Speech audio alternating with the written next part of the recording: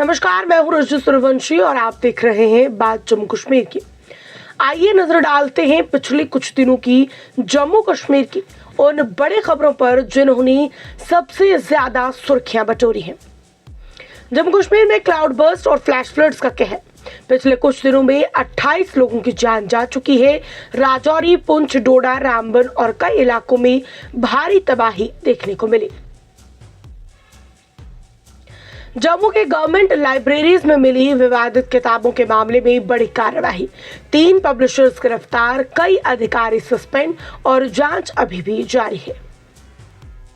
खराब मौसम का असर धार्मिक यात्राओं पर भी देखने को मिला। एडमिनिस्ट्रेशन को कई रूट्स पर रिस्ट्रिक्शंस लगानी पड़ी और सेफ्टी एडवाइजरीज भी जारी की गई। स्टेटहुड की मांग को लेकर नेशनल कॉन्फ्रेंस का दिल्ली के जंतर मंतर पर बड़ा प्रदर्शन। इस बीच बीजेपी ने अपना प्रोटेस्ट पोस्टपोन करते हुए कहा, politics can wait, humanity should come first. और अमरनाथ यात्रा के दौरान आर्टिफिशियल इंटेलिजेंस और फेशियल रिकॉग्निशन सिस्टम की मदद से एक ओवरग्राउंड वर्कर को पकड़ा गया, जिसने सिक्योरिटी अरेंजमेंट्स को लेकर एक बार फिर एआई टेक्नोलॉजी की अहमियत को सामने ला दिया। तो चलिए शुरू करते हैं इस हफ्ते की सबसे बड़ी खबर के साथ। क्लाउड बर्स्ट और फ्लैश फ्लड्स का कहर। जम्मू कश्मीर के लिए गुजरा हुआ हफ्ता काफी दर्दनाक रहा। आखिर ऐसा क्यों? राजौरी, पुंछ, डोडा, रामबन, किश्तवाड़ और जम्मू के कई इलाकों में लगातार बारिश, क्लाउड बर्स्ट और फ्लैश फ्लड्स ने जिंदगी को बुरी तरह प्रभावित किया। कई घर मिट्टी में समा गए, सड़कें टूट गई, पुल बह गए और कई गांवों का संपर्क भी टूट गया। सबसे दुखद बात यह रही कि पिछले कुछ दिनों में लगभग 28 लोग अपनी जान गंवा चुके हैं। सुरनकोट में एक ही परिवार के 8 सदस्य बाढ़ के पानी में बह गए। कई लोग अभी भी लापता हैं, जबकि एसडीआरएफ, एनडीआरएफ, पुलिस, आर्मी और लोकल वॉलंटियर्स लगातार रेस्क्यू ऑपरेशंस में लगे रहे। कई इलाकों में लोगों को स्कूल्स और रिलीफ कैंप्स में शिफ्ट भी किया गया। एडमिनिस्ट्रेशन ने लोगों से नदियों और लैंडस्लाइड प्रोन एरिया से दूर रहने की अपील भी की। एक्सपर्ट्स का मानना है कि क्लाइमेट चेंज के चलते हिमालयन रीजन में एक्सट्रीम वेदर इवेंट्स की फ्रीक्वेंसी बढ़ रही है। इसीलिए सिर्फ रेस्क्यू ही नहीं, फ्यूचर डिजास्टर प्रिपेयरनेस पर भी जोर देने की जरूरत है।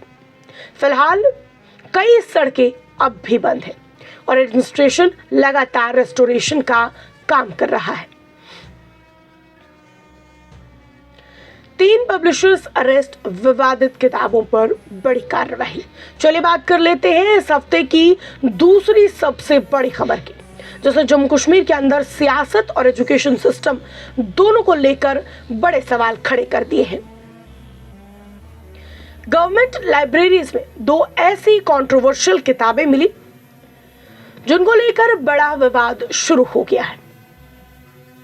इन्वेस्टिगेटिंग एजेंसीज का यह मानना है कि इन किताबों में कंट्रोवर्शियल कंटेंट था। ये किताबें थी personalities and legends of Jammu and Kashmir और great personalities of Jammu and Kashmir. Investigating agencies के मुताबिक इन किताबों में कुछ ऐसा कंटेंट था जिस पर आरोप लगा कि वो सेपरेटिस्ट नैरेटिव को पॉजिटिव रूप में दिखाता है। यानी कि ऐसे लोग जो सेपरेटिस्ट है, जिनकी सोच सेपरेटिस्ट है, उन्हें यहां पर ग्लोरीफाई करने की कोशिश की गई। रिपोर्ट्स के मुताबिक कुछ कंट्रोवर्शियल रेफरेंसेस और टर्मिनोलॉजी का इस्तेमाल किया गया था, जिस पर पॉलिटिकल पार्टीज और कई सोशल ऑर्गेनाइजेशंस ने कड़ी आपत्ति जताई। इस मामले में काउंटर इंटेलिजेंस जम्मू ने एफआईआर भी दर्ज की, जिसके बाद इन्वेस्टिगेशन शुरू हुई और अब तक 3 पब्लिशर्स को गिरफ्तार किया जा चुका है। इसके अलावा स्कूल एजुकेशन डिपार्टमेंट के 8 अधिकारियों को भी सस्पेंड किया गया। एक कॉन्ट्रैक्चुअल एम्प्लॉय को भी टर्मिनेट किया गया है। और लेफ्टिनेंट गवर्नर मनोज सिन्हा ने पूरे मामले की हाई लेवल इंक्वायरी के ऑर्डर्स भी दिए और ये भी कहा कि जितनी भी फिजिकल और डिजिटल कॉपीज इन बुक्स की डिस्ट्रीब्यूट की गई हैं, इन्हें जल्द से जल्द स्कूल लाइब्रेरी से या यूनियन टेरिटरी के अंदर जहां कहीं भी इन्हें भेजा गया है वहां से तुरंत वापस लाया जा सके। ये सिर्फ 2 किताबों का मामला नहीं है, बल्कि सवाल ये भी उठ रहा है कि गवर्नमेंट लाइब्रेरीज तक ऐसा कंटेंट पहुंचा कैसे, सिलेक्शन प्रोसेस में कहां चूक हुई और फ्यूचर में ऐसी गलती दोबारा ना हो, इसके लिए अकाउंटेबिलिटी कैसे फिक्स होगी। फिलहाल इन्वेस्टिगेशन जारी है और एजेंसीज का कहना है कि आने वाले दिनों में और भी कार्यवाही हो सकती है और शायद गिरफ्तारियां भी हो सकती हैं। मौसम का असर धार्मिक यात्राओं पर भी। अब बात करते हैं मौसम के उस असर की जो सिर्फ आम जिंदगी तक ही सीमित नहीं रहा, बल्कि धार्मिक यात्राओं को भी प्रभावित कर गया, जिसमें कई सारी प्रमुख यात्राएं हैं। लगातार बारिश और क्लाउड बर्स्ट के खतरे को देखते हुए एडमिनिस्ट्रेशन को कई जगहों पर प्रिकॉशनरी स्टेप्स लेने पड़े, जिसमें मचेल यात्रा, सरथल माता यात्रा और श्री मिंदल माता यात्रा को कुछ समय के लिए स्थगित किया गया ताकि किसी भी तरह की जानमाल की हानि से भी बचा जा सके। इसी में श्री अमरनाथ जी यात्रा के लिए भी कुछ प्रिकॉशंस जो है वो जारी किए गए और इस यात्रा के रूट पर भी सिक्योरिटी और मॉनिटरिंग को और मजबूत किया गया। एडमिनिस्ट्रेशन ने बार बार लोगों से ये भी अपील की कि ऑफिशियल वेदर एडवाइजरीज का आप पालन करें और बिना जरूरत रिस्की एरियाज में सफर ना करें। एक्सपर्ट्स भी कह रहे हैं कि हिमालयन रीजन में मौसम का पैटर्न तेजी से बदल रहा है, इसीलिए अलर्ट रहना ही सबसे बड़ी सुरक्षा है। स्टेटहुड प्रोटेस्ट और उसके बाद गरमाई सियासत। अब बढ़ते हैं इस हफ्ते की सबसे चर्चित पॉलिटिकल डेवलपमेंट की तरफ। नेशनल कॉन्फ्रेंस ने जम्मू कश्मीर को स्टेटहुड बहाल करने की मांग को लेकर दिल्ली के जंतर मंतर पर प्रदर्शन किया, जहां आप जानते हैं कि पहले से ही सीजेपी का प्रोटेस्ट चल रहा है, जो कि जिसे एक स्टूडेंट प्रोटेस्ट का नाम भी दिया जा रहा है। इसके अलावा इस प्रोटेस्ट में कई अपोजिशन लीडर्स भी शामिल हुए और स्टेटहुड की बहाली की मांग को दोहराया गया। लेकिन इसी बीच जम्मू कश्मीर के कई इलाके फ्लैश फ्लड्स और क्लाउड बर्स्ट की तबाही से जूझ रहे थे। यहीं से सियासत और तेज हो गई। इससे पहले बीजेपी ने अपना श्रीनगर में होने वाला प्रोटेस्ट पोस्टपोन कर दिया था। Leader of opposition Sunil Sharma ने कहा, politics can wait, humanity should come first. यानी राजनीति इंतजार कर सकती है, इंसानियत को पहली प्राथमिकता मिलनी चाहिए। उनका कहना था कि इस वक्त सियासी प्रदर्शन के बजाय पूरी प्रायोरिटी रेस्क्यू और रिलीफ ऑपरेशंस पर होनी चाहिए। बाद में बीजेपी के नेशनल जनरल सेक्रेटरी तरुण चुग ने भी नेशनल कॉन्फ्रेंस पर निशाना साधते हुए कहा कि जब हजारों लोग नेचुरल डिजास्टर से प्रभावित थे, तब चीफ मिनिस्टर उमर अब्दुल्ला को ग्राउंड पर रहकर रिलीफ एफर्ट्स की मॉनिटरिंग करनी चाहिए थी। उन्होंने आरोप लगाया कि नेशनल कॉन्फ्रेंस ने इस दौरान दिल्ली में पॉलिटिकल प्रोग्राम को ज्यादा प्राथमिकता दी।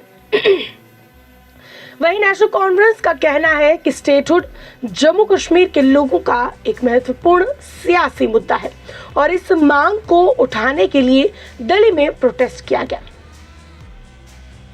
यानी इस मुद्दे पर दोनों सियासी दलों के अपने अपने स्टैंड हैं और ये बहस अब भी जारी है। एआई फेशियल रिकॉग्निशन से OGW पकड़ा गया। अब बात करते हैं टेक्नोलॉजी की, जो जम्मू कश्मीर की सिक्योरिटी में एक नया रोल निभा रही है। इस साल श्री अमरनाथ यात्रा के दौरान सिक्योरिटी एजेंसीज ने आर्टिफिशियल इंटेलिजेंस और फेशियल रिकॉग्निशन सिस्टम का इस्तेमाल और भी बड़े पैमाने पर किया। इसी एआई टेक्नोलॉजी की मदद से अनंतनाग के नुनवान बेस कैंप पर एक फेशियल रिकॉग्निशन अलर्ट जनरेट हुआ। पुलिस ने तुरंत वेरिफिकेशन की और एक सस्पेक्टेड ओवरग्राउंड वर्कर को डिटेन कर लिया गया। पुलिस के मुताबिक पकड़ा गया शख्स पहले से यूएपीए के एक मामले में वांटेड था। यह पहली बार नहीं है। इससे पहले भी अनंतनाग में फेशियल रिकॉग्निशन सिस्टम की मदद से कई सस्पेक्टेड ओजीडब्ल्यूज को पकड़ा जा चुका है। एक्सपर्ट्स का मानना है कि एआई किसी को अरेस्ट नहीं करता, बल्कि एक अलर्ट जनरेट करता है। उसके बाद फाइनल वेरिफिकेशन और लीगल एक्शन पुलिस ही लेती है। यही वजह है कि अब जम्मू कश्मीर में सर्विलेंस और सिक्योरिटी के लिए एआई टेक्नोलॉजी का इस्तेमाल लगातार बढ़ाया जा रहा है।